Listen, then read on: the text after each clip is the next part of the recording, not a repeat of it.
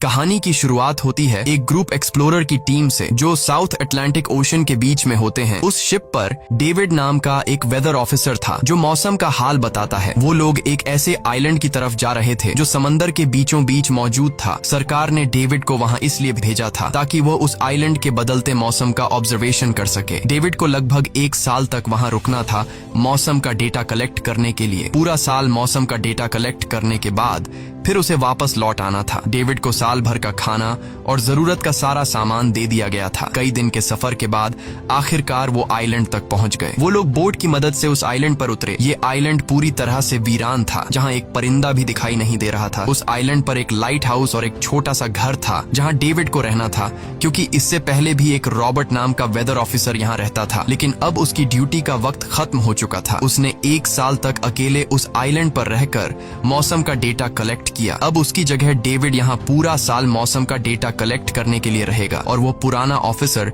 Robert ship के साथ वापस चला जाएगा। लेकिन जब पूरी टीम ने घर को विजिट किया तो वो हैरान रह गए, क्योंकि वहाँ किसी भी इंसान का नामो निशान नहीं था। कमरे के अंदर पुराने ऑफिसर का सारा सामान यहाँ वहाँ बिखरा पड़ा था। जिसके बाद कैप्टन और डेविड ने सोचा कि शायद लाइट हाउस में कोई हो सकता है। कैप्टन और डेविड बिना वक्त गंवाए लाइट हाउस की तरफ बढ़ते हैं और वो सब वहाँ एक अजीब नजारा देखते हैं। वो देखते हैं कि पूरा लाइट हाउस तेज और नुकीले लकड़ियों से घिरा हुआ था, जैसे किसी ने जानबूझकर उसे बंद कर दिया हो ताकि कोई भी अंदर न जा सके। जिसके बाद कैप्टन और डेविड ने लाइट हाउस का गेट कई बार नॉक किया, लेकिन अंदर से कोई रिस्पॉन्स नहीं मिला। आखिर में उन्होंने गेट को जोर से धक्का दिया और अंदर घुस गए। लाइट हाउस के अंदर उन्हें एक आदमी मिला जिसका नाम ग्रूनर था। जब उन्होंने ग्रूनर से पुराने वेदर ऑफिसर रॉबर्ट के बारे में पूछा तो उसने जवाब दिया कि वो तो मर गया है। वो समंदर की तरफ गया लेकिन दोबारा कभी लौटकर वापस नहीं आया। ग्रूनर की बातें सुनकर डेविड और कैप्टन दोनों चौंक गए। ये सब सुनने के बाद कैप्टन ने डेविड से कहा, अगर तुम अब भी चाहो तो हमारे साथ वापस चल सकते हो। लेकिन डेविड ने वापस जाने से इनकार कर दिया। डेविड ने सोचा अगर वो सरकार को उस आइलैंड का एक्यूरेट वेदर रिपोर्ट दे पाया तो उसे काफी मोटी रकम मिल सकती है। जिसके बाद कैप्टन ने उसे एक गन दी खुद की प्रोटेक्शन के लिए, और कैप्टन ने डेविड से कहा कि ये जगह मुझे सेफ नहीं दिखाई दे रही, अपना ख्याल रखना। इसके बाद उसे वहीं पर छोड़कर वो सब वापस चल दिए और अब ये दोबारा वापस 1 साल बाद आएंगे। कैप्टन के जाने के बाद डेविड ने घर को थोड़ा सेटल किया, रहने के काबिल बनाया। रात होने के बाद उसे ड्रॉर में एक डायरी मिली जो पुराने वेदर ऑफिसर रॉबर्ट की थी। उस डायरी में आइलैंड के बारे में बहुत कुछ लिखा था। डायरी में एक मिस्टीरियस क्रीचर के बारे में कुछ बातें लिखी गई थी, लेकिन सब कुछ साफ नहीं था, कुछ बातें अधूरी थी। डेविड हर लाइन को ध्यान से पढ़ता गया। उस डायरी में कुछ अजीब तरह के जानवरों के स्केचेस भी बने थे। डेविड को समझ नहीं आया उसने ऐसी पिक्चर्स क्यों बनाई थी। शायद वो अकेला था और टाइम पास के लिए ऐसा किया होगा। डायरी के एक पेज पर पुराने ऑफिसर के वाइफ की फोटो भी लगी थी। डेविड वह डायरी पढ़ते पढ़ते थक गया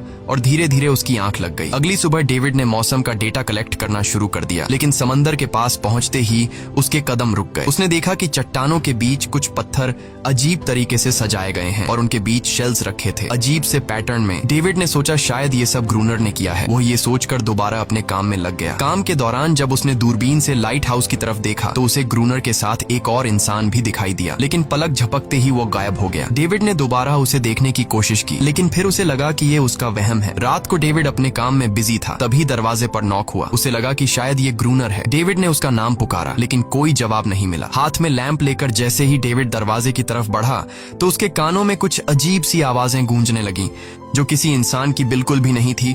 और फिर उसने देखा गेट के नीचे से किसी अजीबोगरीब क्रीचर का हाथ अंदर आने की कोशिश कर रहा है। वो इंसान का हाथ बिल्कुल भी नहीं था। ये देखकर डेविड के पांव तले जमीन ही खिसक गई। वो तुरंत बेसमेंट की तरफ भागा और वहां जाकर छुप गया। कुछ ही देर में वो मिस्टीरियस क्रीचर घर के अंदर घुस चुकी थी। वह छुप छुप कर डेविड को ढूंढ रही थी और डेविड बेसमेंट के एक छोटे से दरार से उसे देखने लगा। डेविड की हलचल से उस क्रीचर ने डेविड को देख लिया, जिसके बाद वो क्रीचर डेविड को मारने के लिए तेजी से उसकी तरफ भागा और दरार से उसे पकड़ने की कोशिश करने लगा। तो डेविड ने खुद को बचाने के लिए फौरन चाकू उठाकर उसकी आंख में दे मारा। वो क्रीचर चीख के भाग गई, लेकिन वो कभी भी वापस आ सकती थी। और डेविड के दिमाग में ये बात कंफर्म हो गई कि जो डायरी में क्रीचर के बारे में बात लिखी थी वह सच है। डर के मारे वो पूरी रात सो न सका। अगली सुबह जब डेविड घर से बाहर गया तो उसने रेत पर कुछ पैरों के निशान देखे जो किसी इंसान के बिल्कुल भी नहीं थे। वो निशान सीधे समंदर की तरफ जाकर खत्म हो गए थे। अब डेविड को सब समझ आ गया था कि क्यों ग्रूनर ने लाइट हाउस के चारों ओर नुकीली लकड़ियां लगाई हैं। अब डेविड जान गया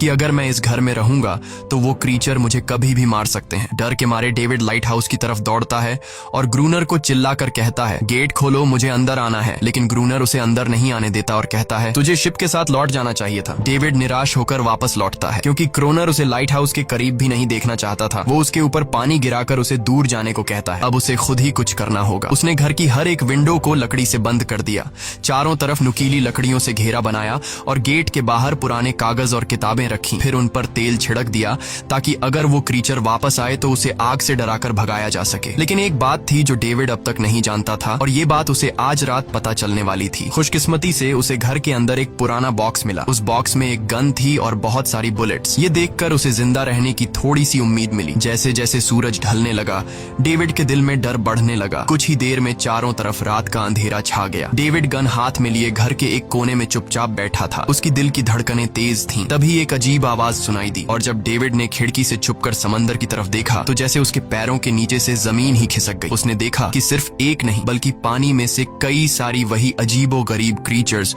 उसकी तरफ बढ़ रही हैं। कुछ ही देर में वो सब इकट्ठा होकर कमरे का गेट तोड़ने की कोशिश करने लगे। डेविड ने तुरंत गोलियां चलानी शुरू की, जिनमें से कुछ क्रीचर्स गिरकर मर गए। डेविड को लगा कि गोली की आवाज सुनने के बाद वो डरकर भाग जाएंगे, लेकिन अपने साथियों को मरता हुआ देखकर वो और भी ज्यादा गुस्सा हो गए। तब डेविड प्लान बी अपनाते हुए गेट के बाहर रखे कागजों और पुरानी किताबों को आग लगा देता है। आग देखकर वो क्रीचर्स डर के मारे वापस समंदर में लौट गए, लेकिन अब वही आग डेविड के घर तक पहुंच चुकी थी। घर के दरवाजे ने आग पकड़ ली और धीरे धीरे फैलने लगी क्योंकि पूरा घर लकड़ी का बना हुआ था। डेविड ने तुरंत एक चादर में खुद को लपेटकर अपनी जान बचाई और बाहर निकलकर लाइट हाउस के पास एक बड़े पत्थर के पीछे छुप गया। क्रीचर्स को शूट करते वक्त डेविड के हाथ में काफी गहरी चोट भी आई। तभी अचानक तेज बारिश शुरू हो गई। आग धीरे धीरे बुझने लगी, लेकिन पूरी रात की बारिश के बाद भी सुबह तक डेविड अपना घर नहीं बचा पाया। पूरा घर जलकर लगभग राख हो चुका था। अब अगर डेविड को जिंदा रहना है तो उसे लाइट हाउस में पनाह लेनी होगी। उसने अपनी राइफल उठाई और लाइट हाउस के पास के पत्थरों के बीच छुप गया और इंतजार करने लगा कि कब ग्रूनर पानी भरने आएगा। जब ग्रूनर पानी भरने के लिए लाइट हाउस से बाहर निकला तो डेविड उसके पीछे पीछे चल दिया, लेकिन तभी अचानक एक अजीब सा क्रीचर जो ग्रूनर के पास ही था उसने डेविड पर हमला कर दिया। लेकिन किसी तरह करके डेविड ने उसे काबू कर लिया। वो क्रीचर ग्रूनर का रक्षक था। जब वह उसे शूट करने वाला था तो ग्रूनर ने तुरंत डेविड को रोका और कहा, रुक जाओ, ये मेरा पालतू है। डेविड ने गोली नहीं चलाई और मौके का फायदा उठाते हुए उसने ग्रूनर के साथ एक शर्त रखी, अगर इस क्रीचर को जिंदा रखना है तो मुझे लाइट हाउस में रहने दिया जाए, नहीं तो मैं इसे मार दूंगा। जिसके बाद ग्रूनर ने हाँ कर दी क्योंकि डेविड के पास ढेर सारा खाना और गन पाउडर था। शाम होने से पहले दोनों बचा हुआ खाना लेकर लाइट हाउस लौट आए और वो दोनों आराम से सो गए। अगली सुबह वो क्रीचर चुपचाप डेविड का हाथ चाट रहा था। जब डेविड नींद से जागा तो उसने देखा कि इस क्रीचर के चाटने की वजह से उसका हाथ पूरी तरह से ठीक हो चुका है। ये सब देखकर डेविड हैरान हुआ। डेविड अब क्रोनर से इस क्रीचर के बारे में और जानना चाहता था और फिर ये सब दुनिया के सामने लाना चाहता था क्योंकि ये किसी जादू से कम नहीं था। डेविड ने सोचा, अगर इस क्रीचर का राज दुनिया के सामने हम लाते हैं तो डेविड और क्रोनर दोनों बहुत सारा पैसा और नाम कमा लेंगे। लेकिन क्रोनर को ये सब नहीं चाहिए था। वो इस आइलैंड से कहीं नहीं जाना चाहता था। क्रोनर का अब इस दुनिया में कोई नहीं बचा था। उसके लिए ये आइलैंड परफेक्ट था जहां वो अपने आप को एक किंग समझता था और अपनी मर्जी का मालिक। इसी वजह से उसने आइलैंड के कई हिस्सों में लिख दिया था, क्रोनर यहाँ का बादशाह है। लेकिन डेविड को ये समझ नहीं आ रहा था कि ये अजीब सी क्रीचर क्रोनर की फालतू कैसे बनी। तो क्रोनर ने बताया कि एक बार क्रोनर ने उसकी जान बचाई थी। वो गलती से उसके फिशिंग नेट में फंस गई थी। तब ये क्रीचर छोटी थी और उस दिन के बाद से वो क्रोनर के साथ ही रह गई। उसकी हर बात माननी शुरू कर दी। लेकिन क्रोनर एक सख्त इंसान था। वो इस क्रीचर के साथ बहुत बुरा बर्ताव करता था। क्रोनर हर दिन इस क्रीचर के साथ फिजिकल रिलेशन रखता था। क्रोनर ने बताया कि एक बार इस क्रीचर ने मुझ पर हमला भी किया था और उसके बदले में क्रोनर ने उसे ऐसी सजा दी कि उस सजा के बाद वो क्रीचर अपने आप को क्रोनर की गुलाम समझने लगी। और आप सब भी समझ गए होंगे कि हर रात वो क्रीचर समुद्र से बाहर क्यों आते हैं। वो सभी इसलिए आते हैं ताकि अपने साथी को क्रोनर से छुड़वाकर वापस ले जाए। लेकिन क्रोनर ऐसा नहीं होने देता। वो क्रीचर्स दिन के उजाले में अटैक नहीं कर सकते क्योंकि सूरज की रोशनी उनकी स्किन जला देती है। डेविड अब यहाँ और नहीं रहना चाहता था। वो किसी तरह से आइलैंड से अपनी जान छुड़ाना चाहता था। खैर, शाम होने लगी और क्रोनर ने उससे कहा, गन लेकर रेडी हो जाओ क्योंकि वो क्रीचर्स कभी भी हमला कर सकते हैं। वो लाइट हाउस की लाइट ऑन करने के लिए तैयार हो गए और कुछ ही देर में समुद्र से बड़ी संख्या में क्रीचर्स निकलकर बाहर आ गए। वो लाइट हाउस की तरफ बढ़ते जा रहे थे। क्रोनर उन पर लगातार फायर करता जा रहा था, लेकिन डेविड पूरी तरह से डर गया था। वो लाइट हाउस के अंदर की तरफ आने लगा। क्रोनर के बार बार कहने के बावजूद वो बस एक कोने में चुपचाप बैठा रहा और कुछ ही देर में डेविड बेहोश हो गया। क्रोनर पूरी रात अकेला इन क्रीचर्स से लड़ता रहा। अगली सुबह क्रोनर ने गुस्से में डेविड के मुंह पर पानी डालकर उसे उठाया और कहा, अगर तुम्हें जिंदा रहना है तो इनकी जान लेनी होगी, नहीं तो तुम्हें लाइट हाउस से निकाल निकाल दिया जाएगा और तुम्हें मेरी हर बात माननी होगी। रोजाना पानी भर कर लाना, लाइट हाउस के छोटे बड़े काम करना और रात को मेरे साथ गार्ड ड्यूटी भी करनी होगी। अब डेविड के पास दूसरा कोई ऑप्शन नहीं था। इसी वजह से ये सब करना उसकी मजबूरी बन गया। डेविड अब क्रोनर की हर बात मानने लगा, लेकिन एक चीज थी जो उसे बिल्कुल भी पसंद नहीं आई। वो ये थी कि हर रोज उस फीमेल क्रीचर को अलग अलग तरीकों से फिजिकली टॉर्चर करना। रात होती है, दोनों फिर से गार्ड ड्यूटी के लिए तैयार हो जाते हैं और एक बार फिर वो क्रीचर समुद्र से निकलकर बाहर आते हैं। लेकिन आज डेविड को डर नहीं लग रहा था। उसने क्रीचर पर फायरिंग शुरू की, मगर आज क्रोनर कुछ भी नहीं कर रहा था। वो डेविड को बाहर छोड़कर लाइट हाउस का गेट बंद कर देता है और खुद चुपचाप अंदर बैठ जाता है ताकि डेविड खुद सीख सके कि इन क्रीचर से कैसे लड़ा जाता है। इसी तरह डेविड को लड़ते लड़ते वो रात कट जाती है और सुबह हो जाती है। सुबह क्रोनर ने देखा कि डेविड लाइट हाउस के गेट के बाहर खून में लथपथ बैठा था। अब उसने सीख लिया था कि इन क्रीचर्स से कैसे लड़ना है। इसी तरह समय गुजरता गया, रातों को इन क्रीचर्स से लड़ते हुए और दिन भर क्रोनर के लाइट हाउस के काम संभालते हुए। ये आइलैंड अब उसके लिए एक बंद घर जैसा हो गया था। वो हर वक्त सोचता रहता था कि कब ये जगह छोड़कर आजादी की सांस लेगा। समय के साथ साथ डेविड का उस फीमेल क्रीचर के साथ एक अजीब सी दोस्ती बन गई थी। डेविड को उसके लिए अब बुरा लगने लगा था। अब उसे समझ आया कि अपने लोगों को छोड़कर अकेला रहना कितना मुश्किल होता है। शायद वो क्रीचर भी कुछ ऐसा ही महसूस करती थी। डेविड ने उस क्रीचर को एक नाम भी दिया, अनारियस। इसी तरह से दिन गुजरते गए और फिर एक दिन उन्होंने देखा कि इन क्रीचर्स के अटैक्स धीरे धीरे कम हो रहे हैं। डेविड सोचता है शायद सर्दियों में वो कहीं और चले जाते हैं या फिर शायद उन्हें समझ आ गया था कि इन दोनों से लड़कर कुछ हासिल नहीं होगा। लेकिन क्रोनर ने उससे कहा कि ऐसा बिल्कुल नहीं है, वो फिर से अटैक करेंगे। अब वो अपनी संख्या बढ़ा रहे हैं। कुछ और दिन ऐसे ही गुजर गए। एक रात डिनर के बाद क्रोनर और डेविड ने टाइम पास के लिए चेस खेलना शुरू किया, लेकिन यहीं पर क्रोनर से एक बड़ी गलती हो गई। वो दोनों खेल में इतने उलझ गए कि लाइट हाउस की लाइट्स ऑन करना ही भूल गए। अंधेरे का फायदा उठाकर क्रीचर्स ने उन पर अटैक कर दिया। डेविड ने देखा कि क्रीचर्स की संख्या इतनी ज्यादा थी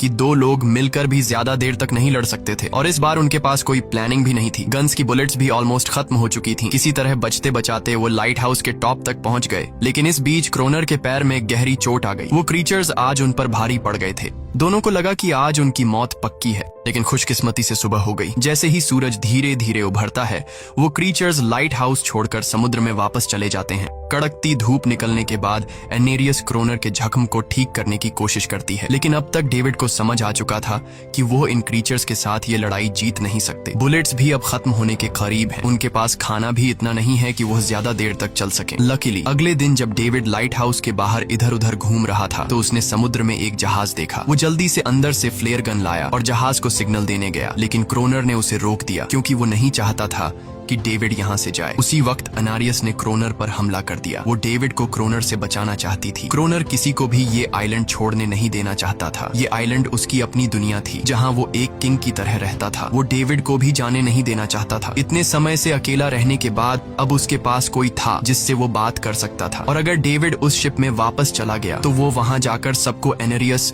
और उनके बारे में बता देगा। इसलिए अब डेविड यहाँ से नहीं जा सकता। धीरे धीरे वो शिप डेविड की आंखों के सामने समुद्र में गायब हो गई। अब उसके पास कुछ भी करने को नहीं था। कुछ और दिन ऐसे ही बीत गए। क्रोनर अब भी डेविड और अनारियस दोनों के साथ बुरा बर्ताव कर रहा था, लेकिन अनारियस को वो खास तौर पर मारता था, जो डेविड को बिल्कुल पसंद नहीं था। एक दिन डेविड ने अनारियस को एक छोटी टॉय बोट गिफ्ट में दी जो उसने किसी मछली की हड्डी से बनाई थी। लेकिन जब अनारियस ने उस बोट को देखा तो वो डेविड को आइलैंड के एक ऐसे कोने में ले गई जहाँ सचमुच एक असली बोट रखी थी। जब डेविड ने इस बोट के बारे में क्रोनर से पूछा तो उसने कहा हाँ, उसे पहले से पता था कि आइलैंड के इस हिस्से में एक बोट है। क्रोनर कहता है कि कुछ लोग इस आइलैंड तक बोट के जरिए अपनी जान बचाने आए थे, लेकिन सुबह होने से पहले उनमें से कोई भी जिंदा नहीं बचा। सबको इन क्रीचर्स ने मार दिया। वो सब शिप में गोला बारूद ले जा रहे थे, लेकिन समुद्र में आए तूफान की वजह से उनका शिप इसी आइलैंड के पास डूब गया। ये सब सुनते ही डेविड के दिमाग में एक आइडिया आया। उनके पास एक डाइविंग सूट जैसा कुछ था। डेविड ने कहा कि अगर हम दोनों में से कोई उस सूट को पहनकर समुद्र के उस हिस्से में जाए जहां वो शिप डूबी थी, तो हो सकता है उन्हें कुछ बुलेट्स या डायनामाइट मिल जाए जिससे इन क्रीचर्स से लड़ना आसान हो जाए। लेकिन क्रोनर ने इस बात को मानने से इनकार कर दिया, पर डेविड अपनी जान को खतरे में डालकर ये काम करने को तैयार था। कुछ और दिन ऐसे ही गुजर गए। डेविड और अनारियस के बीच एक गहरा कनेक्शन बन गया। डेविड उसे पसंद करने लगा था। इन दोनों को रोमांस करते हुए ये सब क्रोनर ने चुपके से देख लिया। क्रोनर को लगा कि अनारियस उसे छिन जाएगी, इसलिए डेविड को रास्ते रास्ते से हटाना पड़ेगा। अगले दिन क्रोनर खुद डेविड की बात मानने को तैयार हो जाता है। वो डेविड से कहता है, ठीक है, तुम सूट पहनकर नीचे पानी में जाओगे और वहाँ ढेर सारा RDX कलेक्ट करोगे, फिर मैं तुम्हें बोट से ऊपर की तरफ खींच लूंगा। लेकिन क्रोनर का असली इरादा कुछ और ही था। वो चाहता था कि डेविड उसकी मदद से समुद्र के नीचे रखे डायनामाइट के बॉक्सेस वापस सरफेस तक ले आए और उसके बाद उसे वही समंदर में अकेला छोड़ दे ताकि वो क्रिएचर्स उसे मार दें। इस तरह डायनामाइट भी उसके पास आ जाएगा और अनारियस फिर से उसकी गुलाम बन जाएगी। वो दोनों बोट में बैठकर उस जगह पहुंच गए जहां शिप पानी में डूबा था। डेविड ने डाइविंग सूट पहना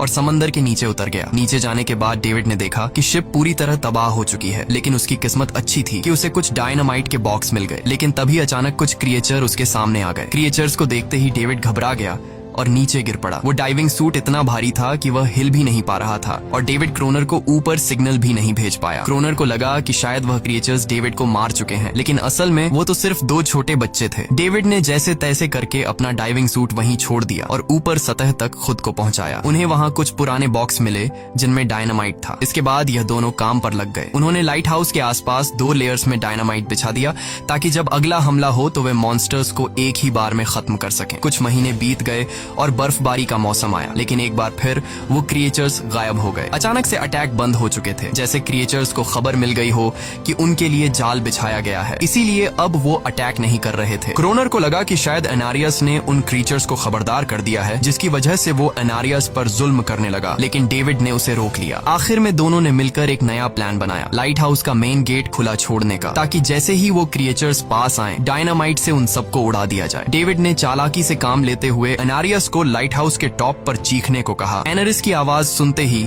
सभी क्रिएचर्स गुस्से से भड़क उठे। क्रिएचर्स ने जब देखा कि लाइट हाउस का मेन गेट खुला हुआ है तो उन्हें लगा कि यह अच्छा मौका है एनारियस को छुड़ाने का, लेकिन असल में यह उनके लिए एक चाल थी। कुछ ही देर में वह क्रिएचर समंदर से बाहर निकलने लगे। वे सीधे मेन गेट की तरफ बढ़े और अंदर घुसते ही डेविड पर हमला कर दिया। डेविड भी हिम्मत दिखाता है और क्रिएचर से जान छुड़ा लेता है। जैसे ही वे सभी क्रिएचर लाइट हाउस के पास पहुंच जाते हैं तो क्रोनर डायनामाइट का लीवर दबा देता है, लेकिन ब्लास्ट नहीं होता। असल में डेविड ने उसका कनेक्शन खोल दिया था और क्रोनर उसे दोबारा लगाना भूल गया था। डेविड तुरंत ऊपर भागता है और डायनामाइट का वायर जोड़ना शुरू करता है। तब तक वो क्रिएचर्स लाइट हाउस पर चढ़ने की कोशिश कर रहे होते हैं, जिन्हें सिर्फ अकेला क्रोनर रोकता है। जैसे ही कनेक्शन पूरा होता है डेविड पहला लेयर उड़ा देता है, जिससे कई क्रिएचर्स ब्लास्ट में खत्म हो जाते हैं, लेकिन अभी भी काफी मॉन्स्टर्स लाइट हाउस पर हमला करने के लिए तैयार होते हैं। इस वजह से क्रोनर दूसरा लेयर भी ब्लास्ट कर देता है। दोनों उस जोरदार धमाके में बेहोश हो जाते हैं। अगली सुबह जब दोनों होश में आए तो उन्होंने देखा कि एनारियस वहां नहीं थी। ब्लास्ट में चारों तरफ मरे हुए क्रिएचर्स पड़े थे। क्रोनर उन सबको मार रहा था जो जख्मी हालत में जिंदा बचे थे। तभी डेविड की नजर उनमें से एक के गले में लटके एक नेकलेस पर पड़ी। उस क्रिएचर को तड़पता हुआ देखकर डेविड को उस पर तरस आ जाता है और उसे अपनी गलती का एहसास हो जाता है। जिन क्रिएचर्स को वह अब तक खूंखार समझते आए थे वो भी इंसानों की तरह थे, सिर्फ बोल नहीं सकते थे। लेकिन क्रोनर के लिए यह सब बेकार बातें थीं। उस दिन के बाद वह क्रिएचर्स फिर कभी अटैक नहीं कर पाए, लेकिन हर दिन समंदर के किनारे से रोने की आवाजें आती थीं। डेविड को अब तक नहीं पता था कि उन्होंने कितना बड़ा नुकसान कर दिया था, कितनी फैमिली टूट गई, कितने बच्चों ने अपने लोग खो दिए, सिर्फ एक गलतफहमी की वजह से। अगले दिन डेविड ने समंदर में उन क्रिएचर्स के कुछ छोटे छोटे बच्चों को देखा, वो सब जिन्होंने अपने परिवार खो दिए थे। डेविड ने पत्थरों का एक गोल सर्कल बनाया और उसके बीच में वह छोटी टॉय बोट रख दी ताकि एनारिस उसे देखकर वापस लौट आए। डेविड ने कई घंटे इंतजार किया, लेकिन एनारिस कभी वापस नहीं आई। सुबह नींद से जागने के बाद डेविड ने देखा